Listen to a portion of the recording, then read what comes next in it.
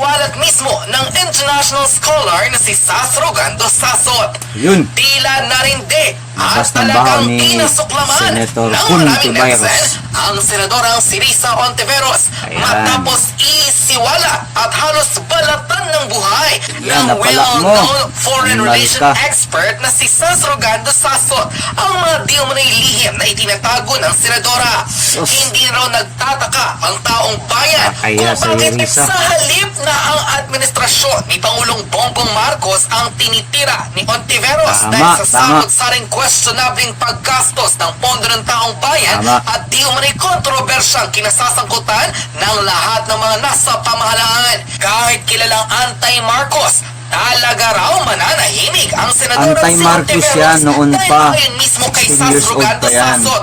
Bakit Ngayon, naman raw tahimik ang sasalansangin putang ng ina. senadora ang administrasyon na nag-appoint sa kanyang kapatid bilang miyembro ng Private Sector Advisory Council Ayun, ng Tourism kaya Sector pala. ng Marcos Administration. Ayon sa kanyang public post, Ayun. alam nyo, dapat galangin nyo si Senator Risa Ontiveros kasi syempre, pigil na pigil ang kanyang since 13 years old anti-Marcos na pasmadong bibig. Kasi Ayun. syempre, jahe na magiging anti-Marcos ka pa rin.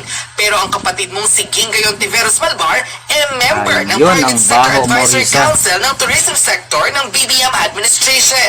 Kaya Kasama saludo ka ko na kay sa Ontiveros bagoong na hindi na Pilipinas. niya sinasabi itong mga sinasabi niya noong 2019 na another Marcos to solve corruption? Marcos the paragon of corruption. Siyempre, di ba, ang awkward na mag-anti-Marcos si Risa Ontiveros tapos yung kapatid niya member ng Private Sector Advisory Yun. Council ng Tourism Sector ni BBM. Uli ka Siya manang. yan. Unquote. Mas ikinagulat pa Ayun, ng ayun. maraming netizen ang kasunod na pasabog ni Sas Rogando Sasot sa di umunay baho ni Ontiveros. Yan. Dahil bukod sa kanyang kapatid na si Mabaho Ginggay ka na, Risa. Ontiveros, Hindi ka naman tila nanalo. kasama rin Animal ka. sa Marcos administration na na-appoint ang asawa nito na si Pablo Gabriel Armalbar. Yun. Ayon sa revelasyon ni Sas, Dear Kakampings, thank me later. Kaya ang mga yellow na liberal, kasama ni Aquino, kasama na sila ngayon itong bangag na Marcos. Ayun. In February 2024, the husband of Pinagluluko lang tayo Ginggay, itong yellow Pablo at saka Gabriel pula. Malvar, has been appointed by Marcos Jr. as private sector representative of the Audiovisual Eh, Media kita Domain nyo? of the Philippines Creative Industries Development Council or the DTI. Nakita nyo mga Pilipino, putang ina talaga. Ginagago tayo noon pa yan. Nakakala raw ng maraming netizen, Ayun. ito na ang huling pasabog ni Sas Rogando Meron pa yung Tila pasabog dapat raw si Sas kumapit ang Rogando, taong meron bayan pa. sa huli nitong alas laban kay Ontiveros. Ayun, Matapos tingnan kasi ang mga tila koneksyon ng senadora at pagkaka-appoint ng kanyang sariling kapatid at bayaw sa mismong gabinete ng itinuturing nilang magnanakaw, mas nagulanta ang maraming netizen sa nga, huling magnanakaw pasabog yung ng animal. well-known international scholar.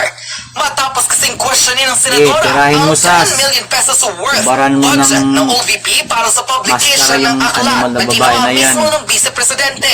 Tila bistado Yan. si Ontiveros Yan. sa mahigit sa 480 million pesos na wala man raw official receipts o liquidation mula Ayun. mismo sa COA na tila Uli pinahinabangan ka. ni Ontiveros Sa magmula Ontiveros. nang maupo ito bilang senador. Ayon mismo sa public post ni Sas Rogando Sasot, ito ang hindi alam ng bayan. Ayun. Risa Ontiveros, maglabas ka ng liquidation with resibo ng halos 480 million pesos na nakubra mo sa taong bayan. Kung talagang concern si Ontiveros sa pera ng bayan, bakit walang co-audit ang budget niya Ano as lang yung senador? animal na babae na yan? Every year Badak na 60 million sibuyas. na budget sa isang senador o 8 Gaga. years ng senador si Risa. So at least, naka 480 million na siya at yan ay walang resibo dahil liquidation by certification lang yan. Unquote. Narito ang ayan. official video ni Sas Rogando Sasot kung saan matapang na isiniwalat ang tila baho ng senadorang si Risa Ontiveros nakafigure, oh. matapos Laki. lumabas mismo sa isang data na mahigit sa 480 million na raw ang nakubra ng senadora na ni isa ay walang